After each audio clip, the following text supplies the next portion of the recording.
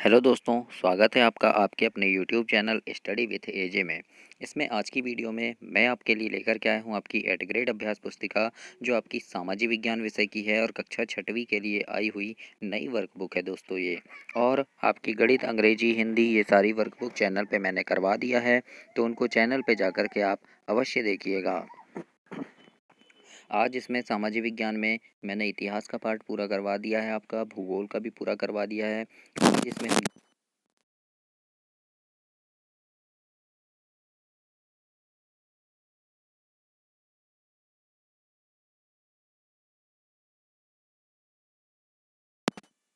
काफ़ी सारे बदलाव हुए हैं पहले की वर्कबुक से। तो आइए उन बदले हुए प्रश्नों के साथ देखेंगे अध्याय 4 पंचायती राज।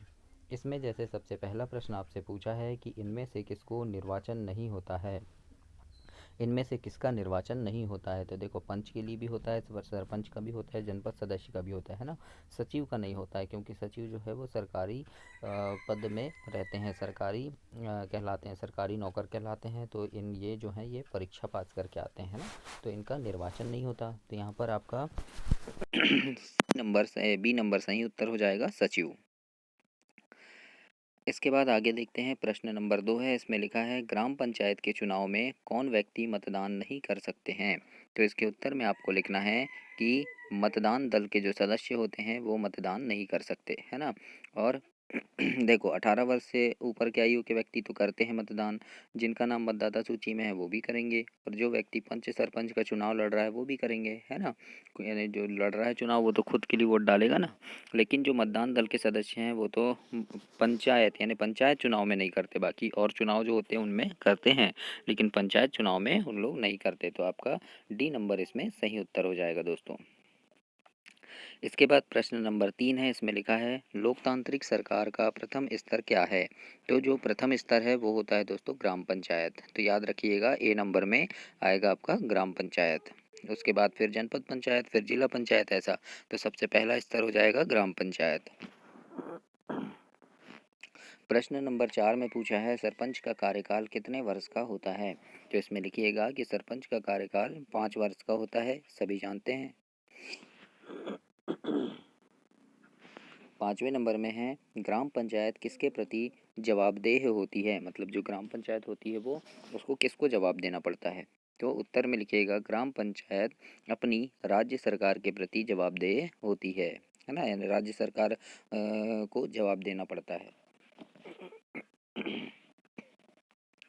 6वें नंबर का प्रश्न है। इसमें पूछा है किसी गांव में पानी का सार्वजनिक कुआं है और कुआं और गहरा किया जाना है। तो यह काम किस संस्था का है। तो जो गांव में करेंगे वो कौन करेगा, ग्राम पंचायत करेगी। तो लिखिएगा आप कि यह काम ग्राम पंचायत का है। इस प्रकार से आपको 6वें नंबर के प्रश्न के उत्तर में लिखना है। आगे देखते हैं, प्रश्न नंबर 7 है। इसमें पूछा है ग्राम पंचायत के काम को स्वीकृति कौन देता है। तो इसके उत्तर में आप लिखिएगा कि ग्राम पंचायत के काम को स्वीकृति देने का काम पंचायती राज संस्था दे करती है, या पंचायती राज संस्था स्वीकृति देती है। इस प्रकार से आपको प्रश्न नंबर 7 के उत्तर में लिखना है। और दोस्तों, आपकी वार्षिक परीक्षा के पहले मैं चैनल पे अभ्यास प्रश्नों की वीडियोस लेकर के आता हूँ, जिनमें आपके सभी विषय गणित, अंग्रेजी, हिंदी, संस्कृत जितने विषय हैं सारे विषय के अभ्यास प्रश्न उसमें होते हैं, जिन्हें पढ़ करके आप परीक्षा में काफ़ी अच्छे नंबर ला सकते हैं और परीक्षा अच्छे से पास कर सकते हैं। तो उन प्रश्नों को देखने के लिए चैनल को सब्सक्राइब कर लीजिएगा, ताकि जैसे ही मैं वो वीडियोस डालूंगा तो आपको मिल सके, नोटिफिकेशन मिल जाए। इसके लिए बेल आइकन भी प्रेस कर लेना, है ना। तो क्या है, उससे क्या होगा कि आप परीक्षा के समय जब आपको इम्पोर्टेंट प्रश्न मिलेंगे छटे हुए, तो आप अच्छे से पढ़ाई कर सकेंगे और अच्छे नंबर ला सकेंगे परीक्षा में। और मेरी शुभकामनाएं हैं कि आप बहुत अच्छे से पढ़ाई करें, बहुत अच्छे से पास हों और अपनी कक्षा में टॉप करें। तो इसीलिए चैनल को आप सब्सक्राइब करके रखिएगा कि जब भी वो प्रश्न मैं डालूंगा तो आपको मिल सके। प्रश्न नंबर 8 देखते हैं। इसमें लिखा है ग्राम पंचायत के कार्यों की सूची बनाइए। तो उत्तर में लिखिएगा ग्राम पंचायतें ग्राम की स्वच्छता, प्रकाश, सड़कों, औषधालयों, कुओं की सफाई और मरम्मत, सार्वजनिक भूमि, फिर पट, बाजार तथा मेले और चारागाहों की व्यवस्था करती है और जन्म मृत्यु का लेखा भी रखती है। इस प्रकार से जो है वो ये सारा काम ग्राम पंचायत करती है। तो प्रश्न नंबर 8 में आपको इस प्रकार से लिखना है।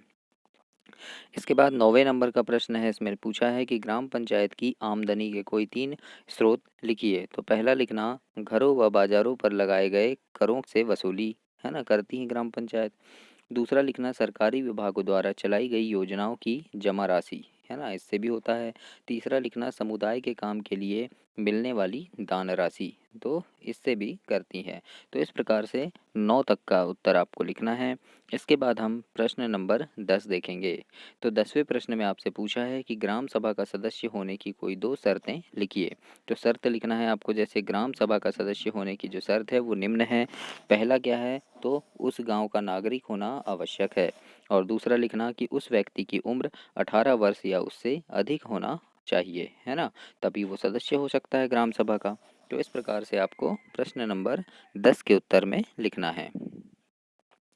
इसके बाद प्रश्न नंबर 11 है और 11वें प्रश्न में पूछा है कि ग्राम पंचायत सचिव का क्या कार्य है। तो इसके उत्तर में लिखिएगा कि ग्राम पंचायत सचिव का कार्य गांव में होने वाले विकास कार्यों का प्रस्ताव तैयार करने में ग्राम पंचायत की मदद करना है। साथ ही विकास कार्यों पर खर्च होने वाले धन का लेखा जोखा तैयार करना है। तो इस प्रकार से ग्राम पंचायत के काम हैं। इसके बाद आगे 12वां नंबर है, तो इसमें है पंचायती राज के 3 स्तरों के नाम लिखिए और जिला पंचायत के 2 कार्य भी लिखना है। तो 3 स्तर के नाम आपको लिखना है। तो पहला हो जाएगा ग्राम पंचायत, दूसरा जनपद पंचायत और तीसरा जिला पंचायत। और जिला पंचायत के कार्य लिखिएगा कि जिले के अंतर्गत जनपद पंचायत एवं ग्राम स्तर पर नियंत्रण रखना, इसका काम है ना। दूसरा लिखना ग्राम पंचायतों के विकास में सहयोग करना भी जिला पंचायत का काम है। तो इस प्रकार से आपको प्रश्न नंबर 12 के उत्तर में लिखना है। तो ये भी आपका पाठ समाप्त हुआ 4। इसके आगे हम पाठ 5 देखेंगे, गांव का प्रशासन। तब तक के लिए चैनल को सब्सक्राइब कीजिए, वीडियो को लाइक कीजिए और अपने दोस्तों तक भी इसे शेयर कीजिए। धन्यवाद दोस्तों।